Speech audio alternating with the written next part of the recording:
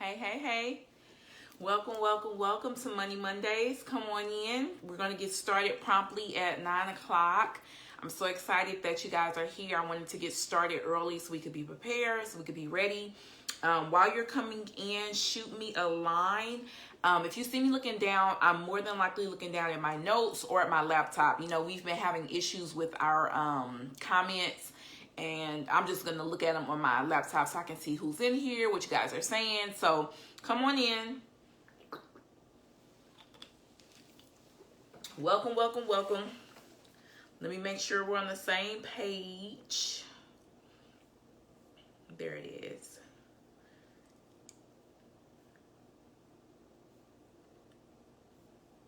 Okay, so, I can see your comments. Hey, Candy. You know, it's so finicky.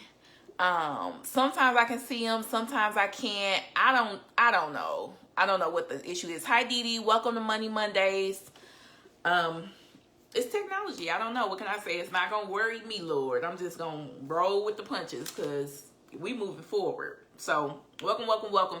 I saw something interesting online, and I thought it would be a great segue for tonight's Money Monday. So we're going to be talking about the cash flow quadrant and what that looks like. Hey, Margaret, welcome, welcome, welcome.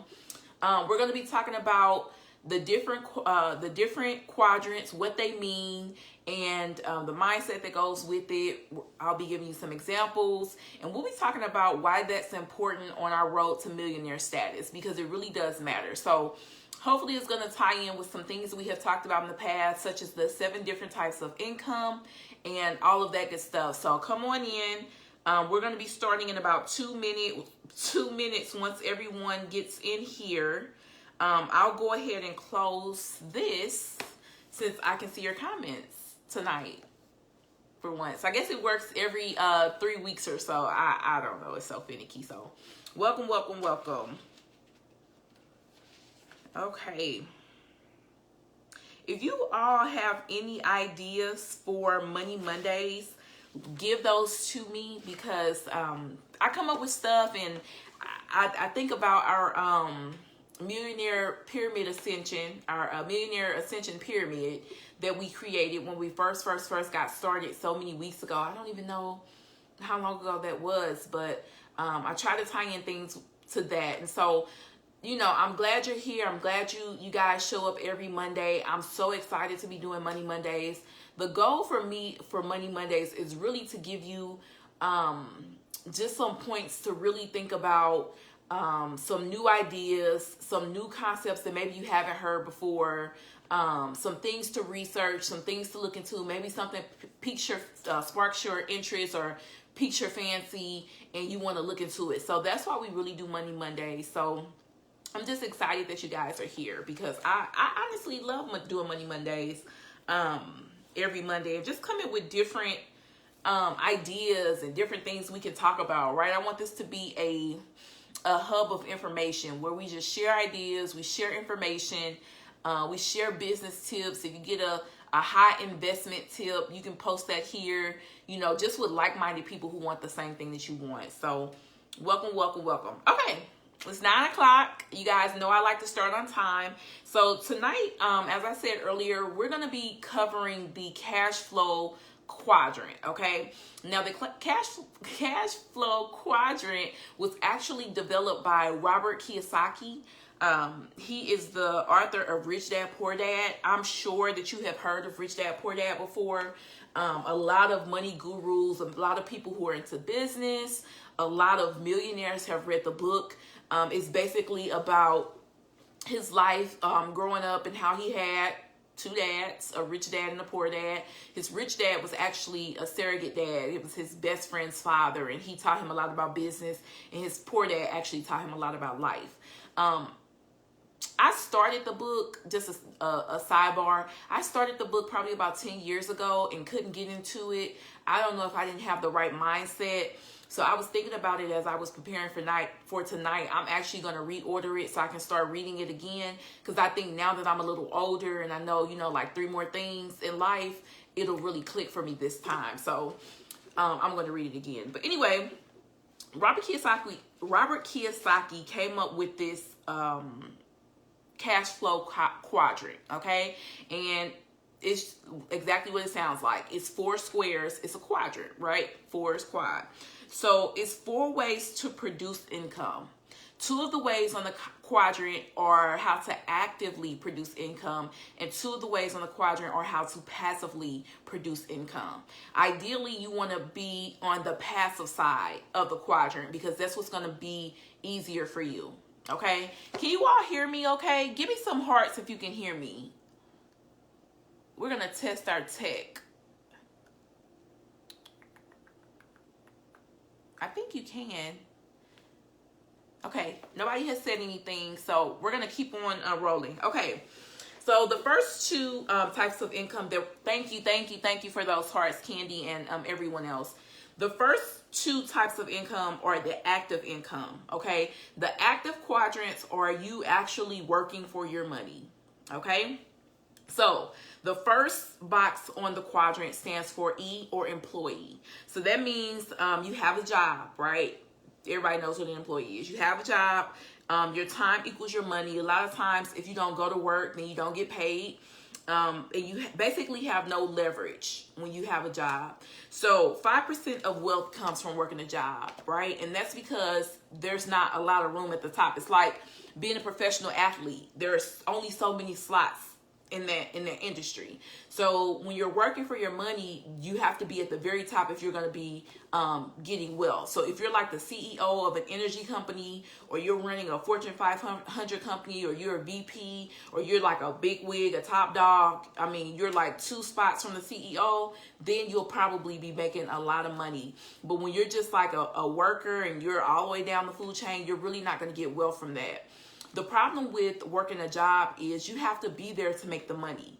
So you see this a lot with people when they probably get sick and they have to stop working for months and months and months. And yeah, they probably get disability, but the issue that I'm trying to convey is that if they're not working, they're not getting money. Okay, so you have to be there to make the money. And so that's an employee. That's the first quadrant. The second quadrant is self-employed, and that's, if you ever see a quadrant, and I'll post it in the group after the Money Mondays live is done, you'll see it as S, and that can stand for self-employed or small business, okay? So when you think of self-employed, I want you to think of somebody like a stylist, a hairstylist, a dog groomer, maybe an accountant, a contractor, somebody that is working for themselves, right? So basically, when you are self-employed, you own a job. So it's the same thing. Although you're not working for someone, you still have to work to make money. So let's say you have a contractor that works on homes, right? A general contractor. If they get hurt or they get sick, they're not going to make money. So as a self-employed person, they really don't have a lot of leverage. Time, they still have to trade their time for money, but usually they make more money when they're trading their time, right? So a contractor is going to make more money, is probably going to make more money than a business analyst that's working for someone, if that makes sense. The issue with being self-employed is, again, you have to actively make the money, right? You have to actively work to make the money. And you see this a lot with stylists, hairstylists, or just anybody that's self-employed. As they get older in life and maybe they can't stand as long, they can't work as long, maybe they were a laborer and they work for themselves and they can't really do that physical work anymore. Or even if you have like an accountant that's getting older and they haven't prepared for life and retirement and all of that, they have to work until they get older and older and older. And so when you think about being self-employed, just know that you basically own a job and you have to keep working that job in order to get money unless you've made arrangements, okay? Once again, you do not have leverage with this type of income in the quadrant, but 95% of the people get their money from this quadrant, okay? So when you're thinking about people who make the most money on the active side of the quadrant, 95% of people make a lot of money on this side of the quadrant, okay? Now, let's talk about the other 2 quadrants. The other 2 quadrants are passive quadrants, right? They stand for the money working for you, Okay, so ideally, when you start getting higher in your millionaire ascension, you want to be on the passive side of the quadrant so that your money can work for you. Okay, so the third quadrant is a business owner. It stands for B if you ever see a quadrant. Basically, you own a system and people work for you. Okay, so the income does not believe on active work. You have a lot of leverage when you're a business owner, and then basically the more people you hire equals the more money you'll make. Okay, so think of it as like a franchise. If you own a store, if you own a daycare, if you own like technology or you have sales, you're probably a business owner. So the more people that you can get to work for you, the more money you make. So think about it like an MLM. So paparazzi is an MLM that's popular right now. So the business owners of paparazzi, they have set up their business where they have independent contractors, right? They have people that work for them. So those people go out and they sell jewelry. Paparazzi is a jewelry company. They sell jewelry. And so by them selling that jewelry, that means the more people that they have coming on as independent contractors, selling that jewelry, the more money that they're going to make. They don't have to go out and sell jewelry. They don't have to actively be in the business. They can take a vacation for 6 months, come back, and that business is probably still going to be running. So when you think of being, no, it's for business owner or big business. You also see this a lot with privately owned businesses. So like Enterprise. My husband works for Enterprise. That was TMI, but he works for Enterprise. And so the owners of that business, you know, they have people that work for them. So they don't have to actively be there to run the business. Okay. 95% of people get there in this quadrant. Okay. Let me see how I want to say this. 95% of people who on the passive side of the quadrant make their money this way as business owners. Okay, so this is where the big bucks come in because you don't have to be there. The more people you get to work for you, the more money you'll grow. And it's something that you can kind of put on autopilot. Okay, now the last box on the quadrant is for investor. It stands for I. Okay, the income is not dependent on actively working. The money is working for you. So when you think of somebody that's an investor, think of somebody that invests like stocks and bonds. They have property, they have options, they loan money to people. Those are types of investors. So that's how they make their money. So a lot of times when you talk about, you know how we talk about families that have old money, it's usually from investments, right? So like years ago, somebody in the family did blah, blah, blah. And, you know, they left all this money to their family. And over time, their money was being invested. You know, they had stocks, they had bonds, they invested in Amazon when it was like 99 cents. So now they have all this money that they are living off of from their investments, the dividends. The great thing about investors are they don't have to be there to make money. So if you bought Amazon, if you bought $1 million worth of Amazon when it was 99 cents, and we know now it's very high and they pay dividends, then you don't have to do anything. Your money's going to keep working for you. And so when you're thinking about the type of income earner you want to be and where you want to be on the quadrant, you really want to focus on the passive sides of the quadrant. So you either want to be a business owner where people are making the money for you, or you want to be an investor. Okay. Now, why is this important when we're talking about ascending to millionaire status? This is important because different quads require different mindsets, right? So if you've ever like thought about like life and school and like high school and how that operated, and you realize that they taught you a bunch of nonsense, it's because they were teaching. High school is designed to teach people how to be workers, right? They're teaching you how to follow rules, how to be employees. That's why they want you to come to class on time, right? That's why they teach you things that seemingly like don't even matter.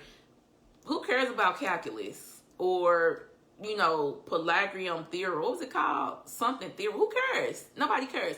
They're teaching you how to be an employee. And so if you're moving to the passive side of the quadrant, then you have to have a different mindset. That's going to require you to have a different skill set. That's going to require you to have a long-term vision, a long-term plan. You're going to have to understand different concepts that they didn't teach you in high school. They didn't teach you in college. It's so many things. Like, I'm very grateful for my college experience. I have 2 master's degrees, and I'm really grateful for the experience, right? But I've learned so much more in life because life teaches you things. And so when you're moving to that side of the passive side of the quadrant, it's going to require a different type of person. Okay. Okay. Those are all my notes. And then also I want to add that you'll see this a lot with people, who don't want to be business owners, right? Like some people, they like the security of a job, and that's fine. That's okay. They're on the active side of the quadrant. But when you're really trying to focus on like, I want to make my money work for me. I want to make more money. I want to have leverage. I want to be able to do what I want to do. I want to be able to produce income on demand. I want to be able to be secure. I don't want to work till I'm 65. When you're thinking about that, you really need to be moving to the passive side of the quadrant. And you really have to start developing that mindset, developing that skill set that's going to ascend you to the next level and get you to where you want to be. Okay? So those are the 4 quadrants. Employee, self-employed, business owner, and investor. I want you guys to start thinking about, what can I do?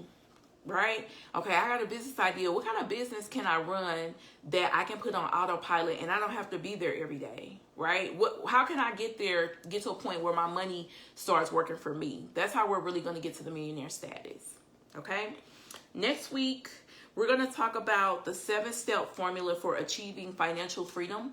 It kind of ties into what we've talked about tonight with the quadrant. It was also something that was highlighted by Robert Kiyosaki.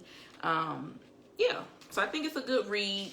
I got another note here. I think it's a good read. Like I said, I started it about, what's this, 21? It had to be over 10 years ago. It was probably like more like 15 years ago, and I just could not get into it. So I don't even think I still have the book, or if I do, it's still in St. Louis. But I'm going to rebuy the book and actually sit down to understanding it and committing to reading it, because I think now that I'm a little older, and probably for you as well, you will get more value out the book.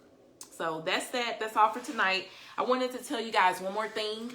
I'm doing a no spend March, right? You guys know I like to do money challenges. So like, I like to cut out stuff. I like to do like the $5 challenge. I'm always doing a money challenge. I like them. I think it helps stretch me as a person. It helps stretch me financially. So I want to encourage you all to do the no spend March. Basically, in March, you only buy 9 essentials. You don't buy any non-essentials. So let me log in real quick and tell you kind of like what you can expect if you want to do it. I think it will be something, fun just for us to do. If you want to do it, that's great. I will be excited to have you. If not, or if it's too late, that's fine too. Basically, with the no spend March, you don't spend any money on eating out. No shopping, no clothes, no shoes, no cosmetics, no entertainment, no gambling or lottery tickets. You're not going to the movies. You're not going bowling or to paid events, no concerts, none of that. No luxury grooming activities. So you can't get your hair done, no nails, no haircuts, no non-essentials.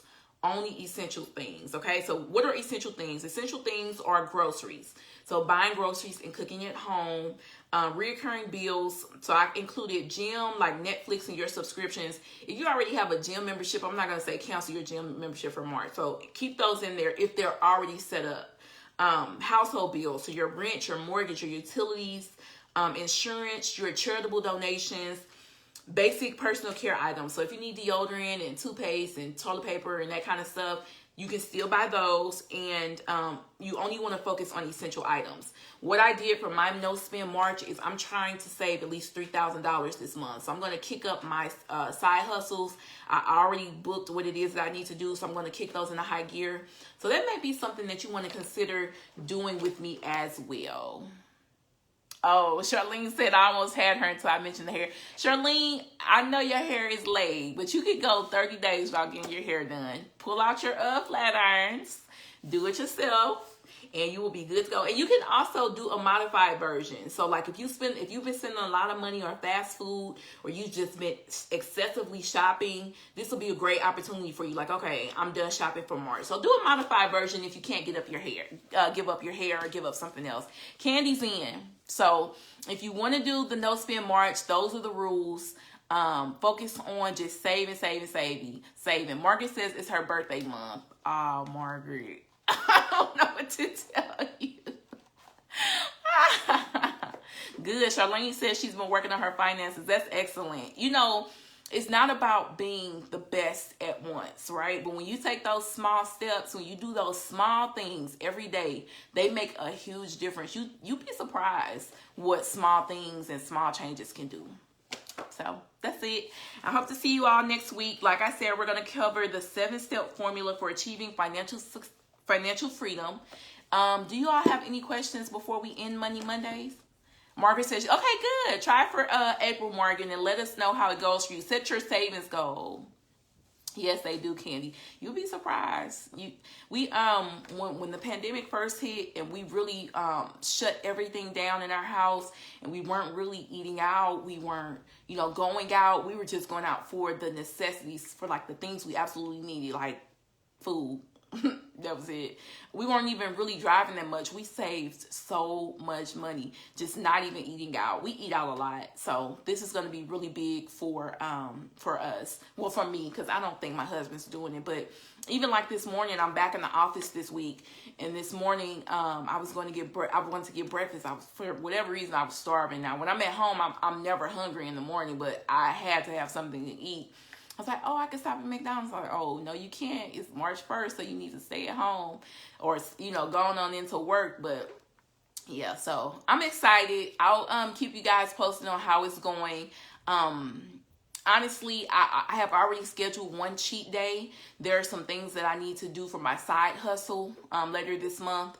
And so I scheduled one cheat day. So I'm going to have a one cheat day this month, but I'm done. I'm done spending, so... Thanks for joining. I hope you guys have an excellent week. Be safe. Things are opening. Like I told you, I'm back in the office, but the coronavirus is still real.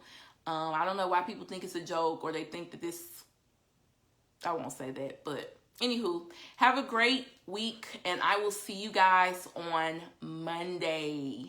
Bye-bye.